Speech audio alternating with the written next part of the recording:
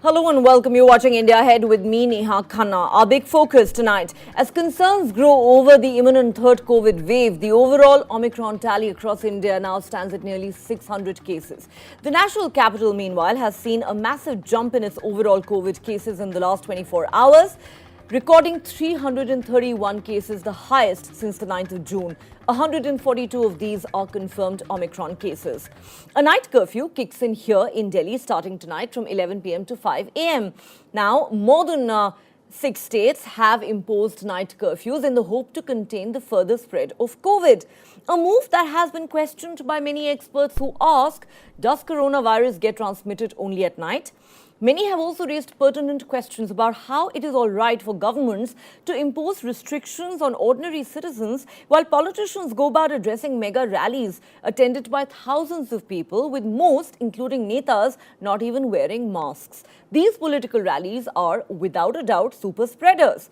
Recently, the Allahabad High Court urged the Centre and the Election Commission to consider deferring the assembly polls scheduled to be held in 5 states early next year in view of the surging COVID cases.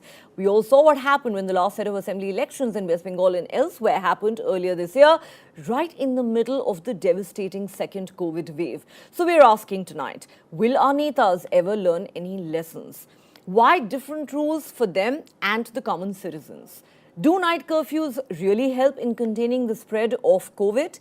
And is India prepared for the third COVID wave projected to strike early next year, triggered by the Omicron variant?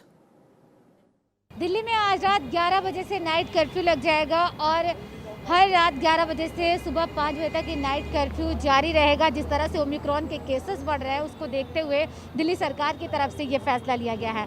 अब ऐसे में आम जनता इसके बारे में क्या सोचती है, इस पर जवाब जानने के लिए हमारे साथ कुछ लोग मौजूद हैं, उनसे बातचीत करेंगे। ये बताइए, जो ये नाइट कर्फ्यू लगाया जा रहा है, आपको क्या लग रहा है? ओमिक्रॉन क्या सिर्फ रात को ही फैलता है? जिस तरह से ये फैसला लिया गया है, आपके हिसाब से ये फैसला कैसा है? सही है, गलत है या क्या है? मैम, जो सरकार ने फैसला लिया होगा तो अच्छा ही लिया होगा, कुछ ना कुछ सोच के ही लिया होगा, क्योंकि देखो रोजगार किस तरह से गरीबी फैल रही है। इस टाइम काम लोगों के पास नहीं है कुछ भी। नाइट कर्फ्यू को लेकर से बेटा ज़्यादा फायदा नहीं होगा, क्योंकि सब लोग अपने घरों में होते हैं ज़्यादातर। नाइट से क्या फ़र्क पड़ेगा? तो गवर्नमेंट पता नहीं कैसे कर रही है, पर नाइट से कोई फ़र्क नहीं पड़ने वाला। डे में थोड़ा सख्ती होनी चाहिए। नाइट कर्फ्यू लगाया गया, वो फैसला तो अच्छा है, लेकिन अगर देखा जाए तो नाइट में तो लोग घर में ही रहते हैं। और ज़्यादा बेटर हो कि दिन में कुछ ऐसा किया जाए, जैसे कि मैम बताएं आपको सैटरडे संडे अगर हमारा लॉकडाउन होता है, जैसे फ्राइडे को जैसे संपूर्ण लॉकडाउन करते हैं सैटरडे संडे, फ्राइडे लॉकडाउन कर देते हैं रात को 9 बजे से, सीधा मंडे को हम सुबह 6 बजे खोलते हैं। तो इससे हमारा क्या होगा, चैन टूटेगा मैम। अगर सैटरडे संडे पूरा संपूर्ण लॉकडाउन होता है तो इससे चैन टूटेगा। अब ऐसा रोजगार वाले तो रोज़ के कुआ खोदेंगे वही खाते हैं, अब वो परेशान नहीं हो जाएंगे? आम जनता बहुत परेशान हो जाएगी अगर लॉकडाउन लग जाएगा। लॉकडाउन नहीं लगाया गया है, नाइट कर्फ्यू लगाया गया है। धीरे धीरे बढ़ा देंगे ना उस चीज़ को। अभी नाइट लगाए और धीरे धीरे बढ़ाते जाएंगे, उसे डे का कर देंगे, फिर इससे तो दिक्कत हो सकती है ना मैम। बिल्कुल। तो यहाँ पर अभी जहाँ नाइट कर्फ्यू में जनता परेशान है या नहीं, हम ये जानने के लिए पहुँचे, तो वहीं कुछ लोगों के मन में लॉकडाउन को लेकर डर है कि अगर लॉकडाउन लग जाता है, क्योंकि संक्रमण तो तेज़ी से फैल रहा है, तो ऐसे में स्थिति गंभीर हो सकती है। फिलहाल ज़्यादातर लोगों का यही मानना है कि नाइट कर्फ्यू से कुछ खास फर्क पड़ने वाला नहीं है।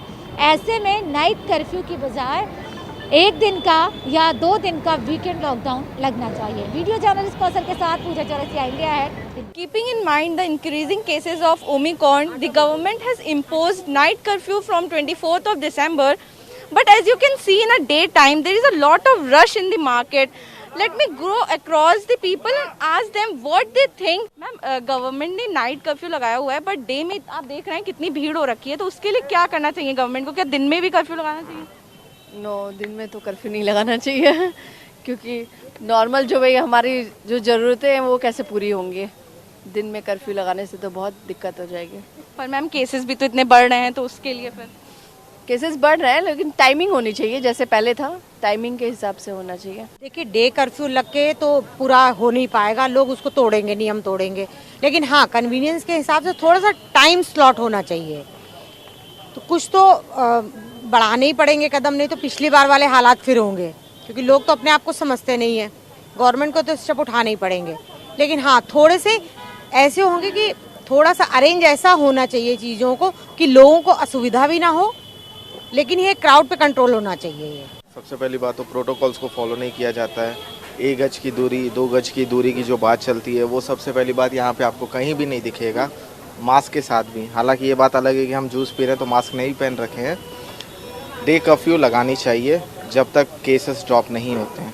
So the public is saying that there should be a time slot, there should be a restrictions that some shops should be open at this time and other shops should be open on other time. This is Arzu Said with cameraman Rohit Mishra, India Ahead, Lucknow.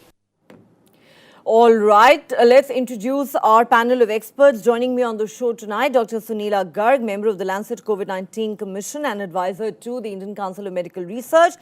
Dr. Anusha Rohit, a microbiologist, also joining us from Chennai. In a moment, we're also hoping to be joined by Dr. Sameer Gupta, co-chair Healthcare, PhD, Chamber of Commerce and Director, Cardiac Cath Lab Metro Group of Hospitals.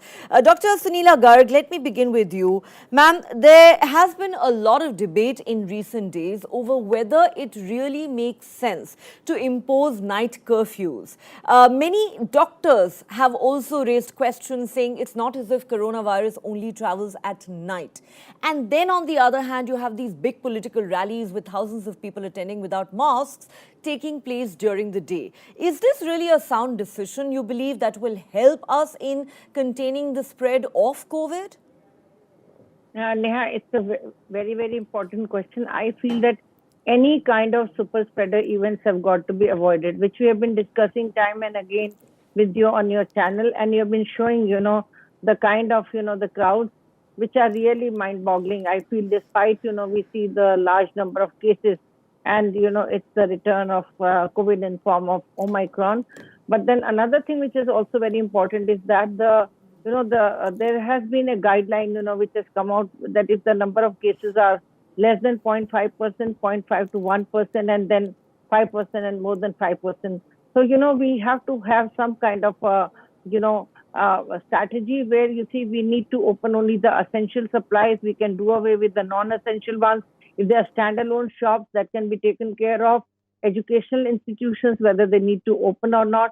So we have got different categories of things under which we have categorized, so we have to look at that whether these kind of things are being implemented or not, that is important.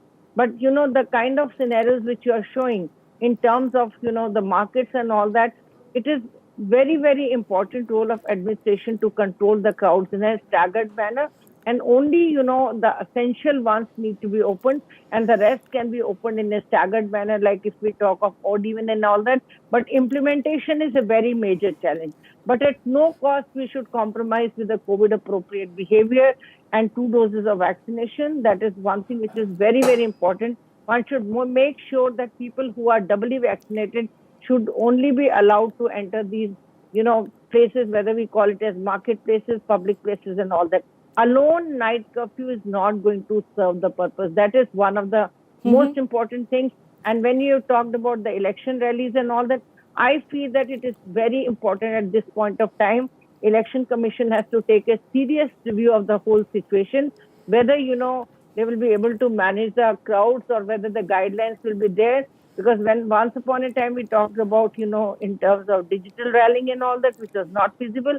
But then again, I feel that we need to really look at that kind of a situation so that, we can avoid this kind of a super spreader event. Thank you. All right, ma'am, you've made yourself quite clear. Night curfews alone will not help. We certainly need to take better measures to control crowds at malls and markets. And what are we going to do about the political rallies? Because our netas don't seem to learn any lessons. Dr. Anusha Rohit, if I could come to you at this point. Again, what is your take on, this debate that we have currently on whether night curfews are really effective in containing the spread of COVID-19. There are many experts who are questioning it and also saying that we've not really learnt our lessons from the second wave. What kind of measures do you really think we need to take at this moment as opposed to what we seem to be doing? Thank you, Neha, for having me on the show. And what we need to go is to understand science at the base level. And what we understand by the Omicron or the Omicron variant is that the transmission is extremely high. Whereas the admission to emergencies in comparison to Delta is dropped from 30 to 45% as per the new BMJ article that has just come out, or the admission to hospitals dropped down by 50 to 70%. Now, considering that we have all of these, if each of us take responsibility and like the previous speaker said, if we are going to have COVID appropriate behavior of wearing responsibly our masks, taking our vaccinations, it is so difficult to convince people to take 2 doses of their vaccination. People have taken 1 dose and then they feel, how can they get COVID? So these kind of things, I think now the government has opened up the 3rd dose as well. I think what we need to do is to understand that masking is extremely important. If each of us behave responsibly, we do not need to worry about night curfews, which are of no use at all. We need to avoid super spreader events and avoid crowding and pay great attention to ventilation in a closed space. So we need to understand that malls, etc., where there is a lot of closed spaces, are more likely to spread events, or say, for example, functions or marriages or any of these where there's a closed community sitting together, that's more likely to spread an event than an open space rally. Now, the problem is that we don't understand how the spread happens, but we do, have a lot of number of positives coming up, and that is something we need to work on. So if each of us behave responsibly, mask up, avoid unnecessary crowds, avoid, take our vaccinations on time, and, avoid being too close to people, I think we would be able to get over this. Night curfews, lockdowns are not going to be of any use at this point of time. Okay. But if we are going to have no other way to control all of these things, then there's no other way to, imply or implicate people to understand All right. that appropriate behavior needs to be done. All right, no doubt we need to adhere to COVID appropriate behavior, but you're quite clear that you don't believe night curfews and lockdowns really work. Since you talked about vaccines, let's just bring our viewers up to speed on India's latest vaccination figures. Well, 62% of all adult Indians are now fully vaccinated, and the government is also now rolling out boosters from January. The first priority, we were told by the Health Ministry today, would be those healthcare workers and frontline workers who received their second jab 9 months ago. So we're certainly taking steps in the right direction. We've come a long way, but we still have a long way to go, because remember, as has just been pointed out, the rate of transmissibility of the Omicron variant is extremely high, and a lot of the people who've been infected with Omicron in recent days were in fact fully vaccinated. On that note, let me bring in Dr. Sameer Gupta into the discussion.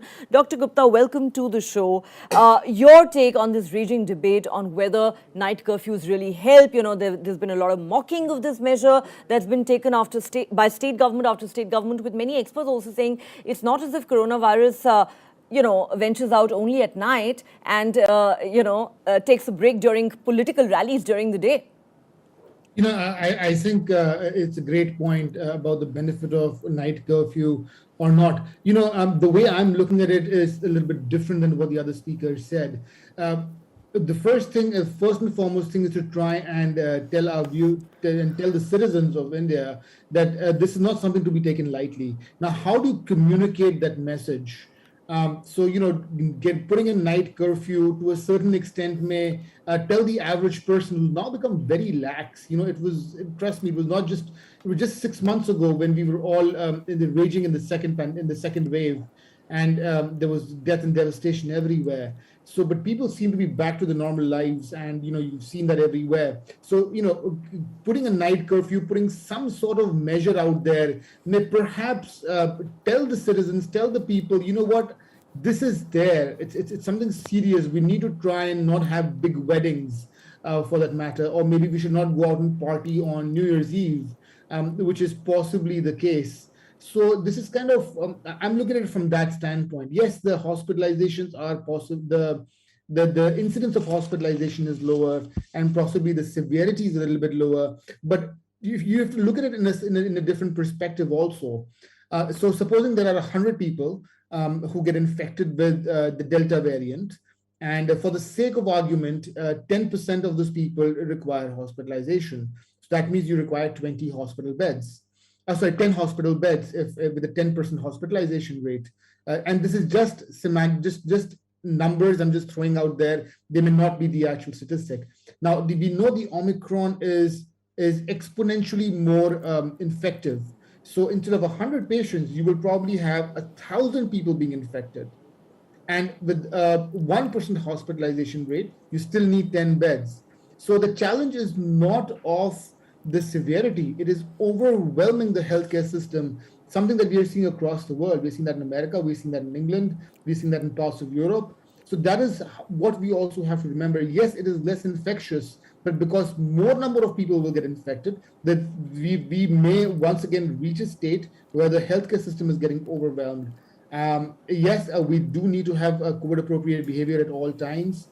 People are getting lax. I've been talking to multiple people over the last few weeks, and people are like, oh, you know what, the COVID is here, we can't stop our lives. The same thing that we heard exactly a year ago, but the story is far from over. The story is far from over. There is no doubt that cases are on the rise because the transmissibility of this variant is extremely high. And when you have such overwhelming numbers, the healthcare system can get overwhelmed, as is happening in many parts of the US, UK and other parts of Europe. Before I go back to Dr. Garg, Dr. Gupta, your thoughts on whether you believe, this question is for Dr. Sameer Gupta, do you believe, we could actually have another lockdown coming? Though a lot of experts don't seem to think lockdowns and night curfews help. But given the way things are going, do you really believe we have another lockdown coming? The Delhi government is already planning, the schools are closed, colleges are closed. There is this entire thing which came out in the paper today that international events are closed, cinema halls are going to be closed, spas and wellness clinics and yoga institutes are going to be closed.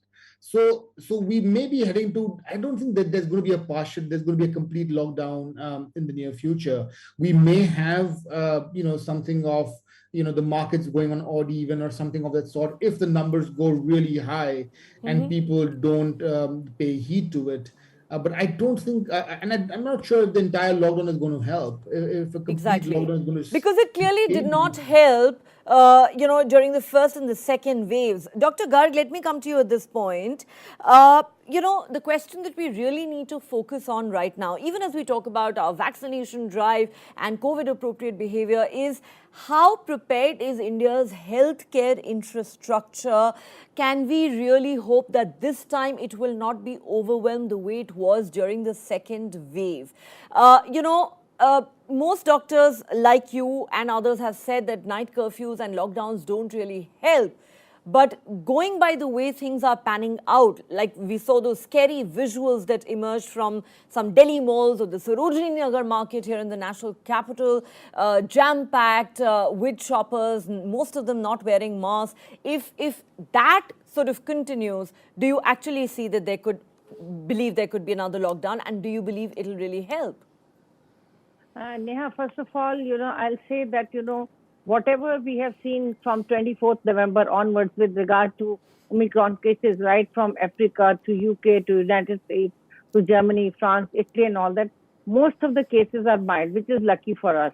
And if this virus is going to replace the Delta variant, which is a very, very severe which caused very severe infection. So it is important to understand that this virus in many ways is very mild virus, but we are watching the situation. That doesn't mean that we become lax and, there's no time for complacency. But as far as, the second wave was concerned, it taught us, about the preparedness of our systems, about preparedness of our ICUs, oxygen beds, and also, we have also prepared with regard to children also. Over a period of time, this period has not gone in waste, but the system has been preparing itself gradually because we are all very sure that, virus has not gone out of our lives, and that's how, from the Indian perspective, the vaccination drive is also going on slowly and steadily also. I'll not say slowly now, it's going quite fast. We have done 141 crore vaccinations also, and we hope to touch 150 crore before we start from 10th of January for the other set of, when we call it as precautionary dose. So it is important to look from that perspective. So I hope that we don't require so much of hospitalization.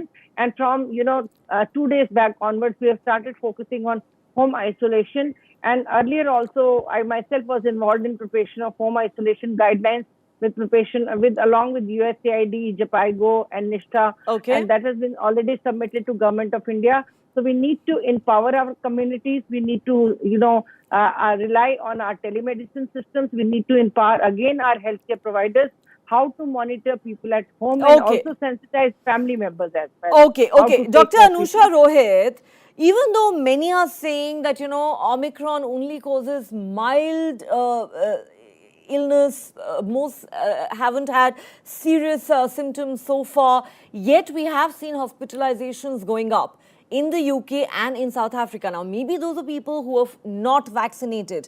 However, given the size of our population and given how huge, the segments that have comorbidities really are, there is a likelihood that the healthcare system could in fact get overwhelmed if Omicron continues to spread like wildfire. Is that a concern that you have? Absolutely. I think the healthcare system has to be prepared for any eventuality in the pandemic. It's always better to be over-prepared than under-prepared. And as far as the Omicron is concerned, I would agree that, yes, we can get overwhelmed with it.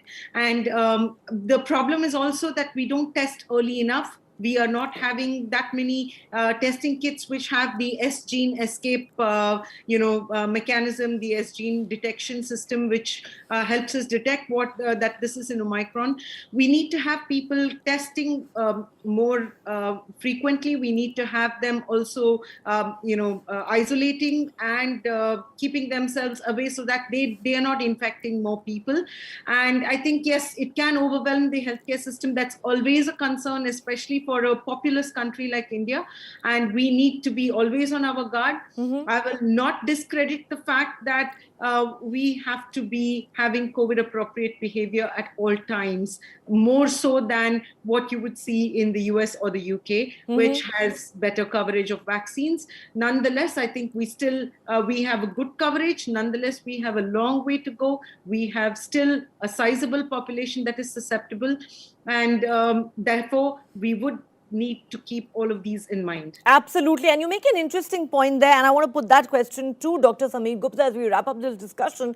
Dr. Gupta, do you see a dichotomy there that on the one hand, countries like the US and UK have had, much better vaccine coverage than the rest of the world, and yet you see their healthcare systems now being overwhelmed, huge number of Omicron cases, many hospitalizations taking place. Now, one can't be sure if all of these people who've been hospitalized in these countries were in fact unvaccinated. But it is very clear that this variant, the Omicron variant, does have not just high transmissibility but an immune escape, because a lot of reinfections and breakthrough infections have been reported. Keeping that in mind, keeping the experience of the West in mind, how concerned do you think we need to be? So, talking to my colleagues across the world in the US, majority of them are saying that the majority of the patients who are currently in their ICUs are unvaccinated people. So there's a big anti-vax lobby, as they call it, in the US and in the Western world. In India, we've got 61% of the people who are completely vaccinated.